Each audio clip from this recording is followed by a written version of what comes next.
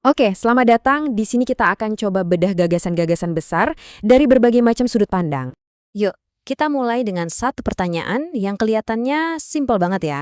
Dan mungkin Anda pikir, saya udah tahu jawabannya.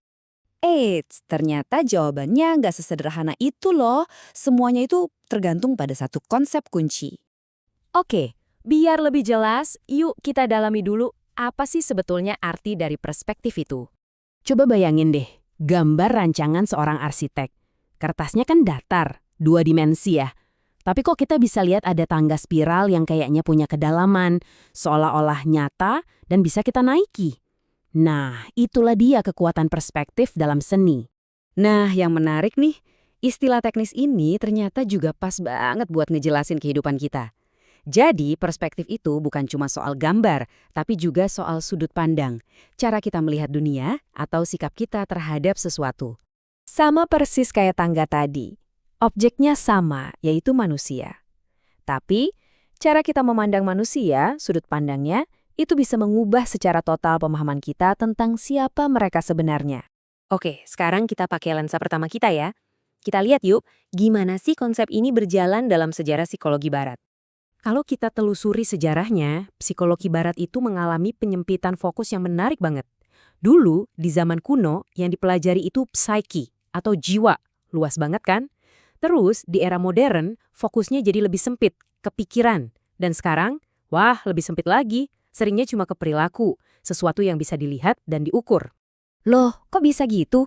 Nah, pergeseran ini terjadi karena ada dorongan kuat supaya psikologi jadi ilmu yang saintifik, ilmu eksak.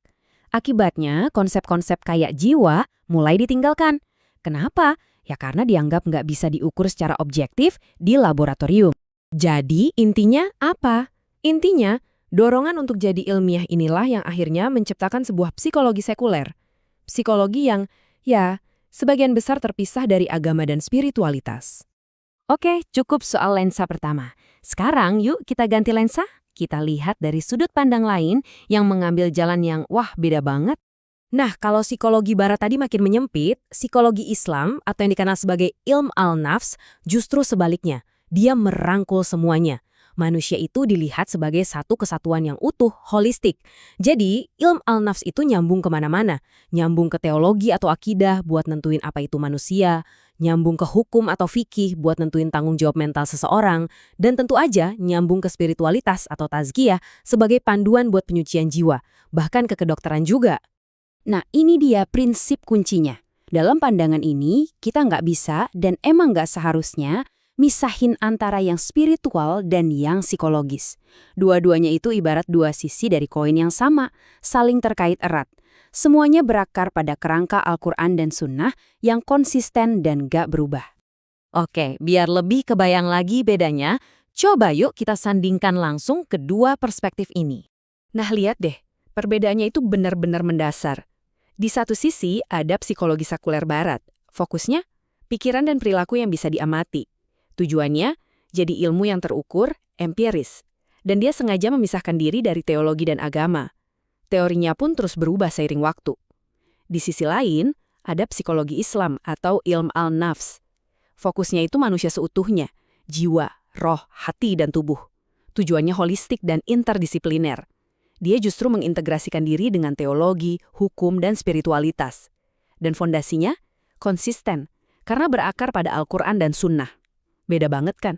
Dan untuk benar-benar paham perspektif Islam ini, kita harus kenal sama konsep-konsep kuncinya. Ada nafs yang bisa diartikan sebagai diri, ego, atau jiwa. Ada ruh, yaitu roh atau napas ilahi dalam diri kita. Dan ada qalb atau hati yang bukan cuma organ, tapi pusat intelek dan wawasan spiritual. Nah, konsep-konsep ini nggak ada padanannya yang persis sama dalam psikologi sekuler modern. Terus, mungkin ada yang nanya nih, jadi kenapa sih kita harus repot-repot ngertiin perbedaan ini? Emang sepenting itu?